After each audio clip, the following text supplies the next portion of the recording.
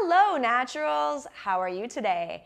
If you have never seen me before, if this is your first time here, let me introduce myself. My name is Gabby Wallace, and I am an English teacher from the United States with over 17 years of experience and a master's degree in teaching English as a second language. I love learning languages, and I speak Portuguese, Spanish, and a little French, and a little Japanese. Anyway, I'm here to help you to speak English like a natural, which means like a native speaker, the way that people really speak English conversationally in the real world. So it's time to close your textbook and watch this lesson. Today we're talking about 5 words that you're probably not using correctly. 5 words that you can stop using, or perhaps change the word that you're using to express what you really want to say. So if that sounds interesting and you'd like to improve the way you speak English today, then let's begin. Just before I share these 5 important words that you need to stop using, I want you to know that I put together all of the best Go Natural English tips, strategies, practice ideas into an ebook for you. Actually, an audio ebook. You can get that, the English Fluency Formula, by clicking up there or going to gonaturalenglish.com/ebook. Okay, let's begin with the first of 5 words that you really need to stop using. The first word may come as a surprise. It's teacher. So it may come as a surprise because the word teacher is not a bad word to use, but we don't use it in the same way in American English as you may use it in your language. I noticed that a lot of my English students call me teacher, and we don't do that in the United States. When students want to address their teacher or their professor, they use the teacher's name. So it's more appropriate to say Gabby or Miss Wallace or Professor Wallace.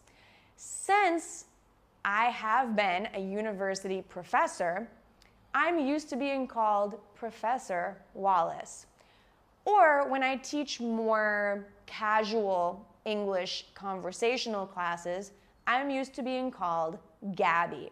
So please call me and your other teachers, at least your English teachers, by their names. It's always safe to ask your teacher, what should I call you? Do you want me to call you teacher or Gabby or Miss Wallace or Professor Wallace? It's always a good idea to ask if you're not sure. Number 2, the word must. You are probably overusing this word because English textbooks teach you to use must for important situations. A textbook might say, you must study English, or you must turn off the lights before you go to sleep. But native English speakers don't use must as often as your textbook would lead you to believe. In fact, the only situation when I use must is not to talk about important commands or important actions. I use must when I want to share a logical guess. For example, I see people out in the street are wearing coats. It must be cold outside. So I'm making a logical guess, and that is how native English speakers use the modal verb must most often.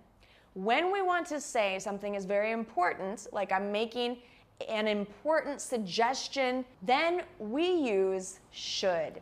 And I know what your textbook says. that should is less strong, it's weaker than must. And must is when you want to really show something is very important. But the reality is, trust me on this one, that native speakers do not use the modal verb must like they used to. And even less common is mustn't in the negative. This is very, very old, archaic English that is not used anymore. Sure, there's always going to be someone who comments and says, but I use must, I hear mustn't used all the time. That's fine. But my reality as a native English speaker with over 17 years of experience teaching English and living in English-speaking countries is that people do not use must like your textbook tells you. So trust me on this one. And mustn't is going to make you sound like you're 80 years old. So you mustn't use mustn't. Please don't do it. Third, don't say good night when you actually mean good evening.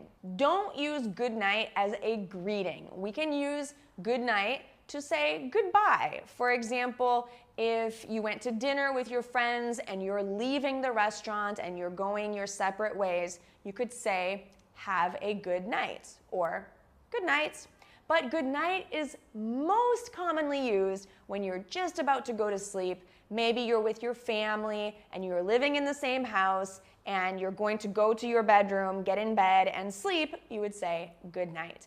So if you want to greet people at nighttime, it's better to say good evening. This is a little formal, but people do say good evening. We don't say good night to greet each other. It's only to say goodbye, to finalize a conversation. We have two more words that you really should not use, and actually number 4 is 2 words. So thanks God is a huge mistake that you all do quite a lot, and we don't say thanks God. This is a phrase we use, thank God, to express some kind of relief.